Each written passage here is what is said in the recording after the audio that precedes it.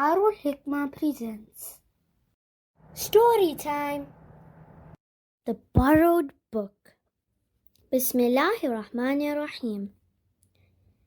There was once two girls, Zainab and Maryam, who were very good friends but were very different in character.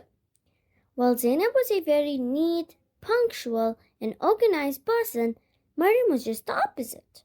Her carelessness and carefree attitude irritated Zainab often, but because Maryam was such a good friend, Zainab just ignored all her faults. One day at school, Maryam could not find her science book, which she urgently needed so that she could study for a test. She asked Zainab if she could borrow her book, since being the organized person that she was, Zainab had already studied for the test a few days earlier. Zainab hesitated because she was very fussy with her things and could not trust Maryam to look after it properly. But the look in Maryam's eyes made her feel so sorry for her, and so she lent her book. That night, after supper, Maryam used Zainab's book to study for the test. After a while, she felt like eating something, and she opened up a chocolate bar. While trying to bite out of it and study at the same time, a piece of chocolate fell onto Zainab's book. "Oops!" cried Maryam as she tried to get the chocolate off the page.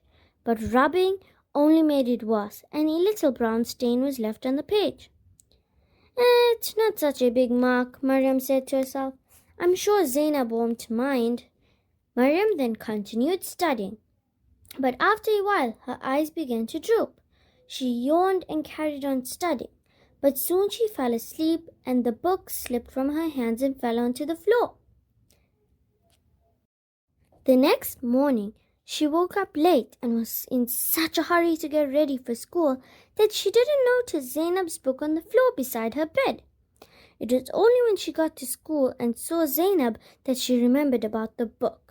"I'm so sorry," she said to Zainab, and told her about how she fell asleep while studying and not seeing the book on the floor. "It's probably still on my bedroom floor," she said to Zainab. "I promise I'll bring it tomorrow." Zainab was upset, but after hearing Maryam's explanation, she didn't feel so angry. "Okay," she said, "but please bring it tomorrow. I'll need it for science class." "No problem, Zainab," said Maryam. "Just chill. I'll definitely bring it tomorrow." That afternoon, when Maryam reached home, her aunt and her little cousins were there.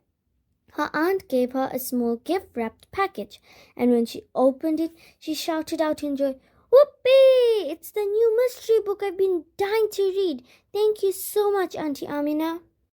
"I hope you take much better care of it than you did with the last book I gave you," said Auntie Amina with a smile. "Oh, don't worry," said Maryam. "I'm much older and more responsible now." Maryam then went into her room and saw Zainab's science book lying on her dressing table. "The maid must have put it there," she thought to herself. She then took her new book, placed it on top of Zainab's science book, and left the room. She spent the rest of the afternoon helping her mom and aunt in the kitchen, and so she didn't notice her little cousin slip into her room.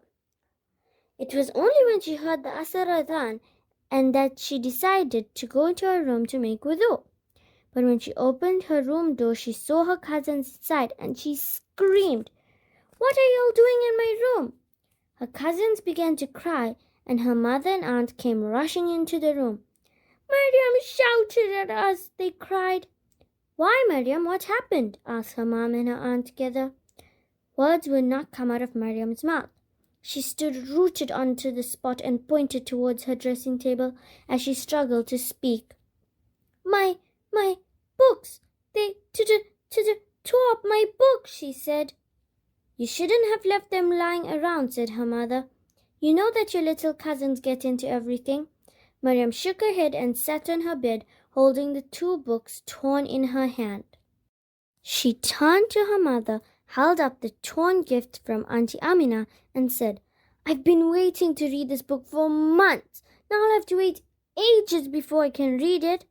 "And what about the other book?" asked her mother, pointing at Zainab's book. "It's Zainab's book. Oh no, what am I going to do?" "I thought you returned that book today," said her mother, her eyes narrowing in anger. Mariam avoided her mother's eyes and pretended to piece the pages together. I meant to, but I forgot. Mother looked at her angrily and said, How many times do I have to tell you to be more careful with other people's things? You are so upset your damaged book, but what about Zainab's? Aren't you worried about how she's going to feel? I can only imagine how upset she's going to be with you tomorrow.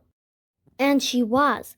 In fact, she was so upset that she told Mariam never to speak to her again.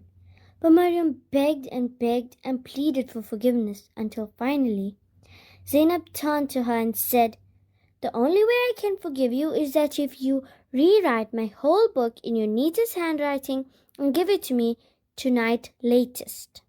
Mariam was so relieved. Anything, Zainab, I'll do anything, she said.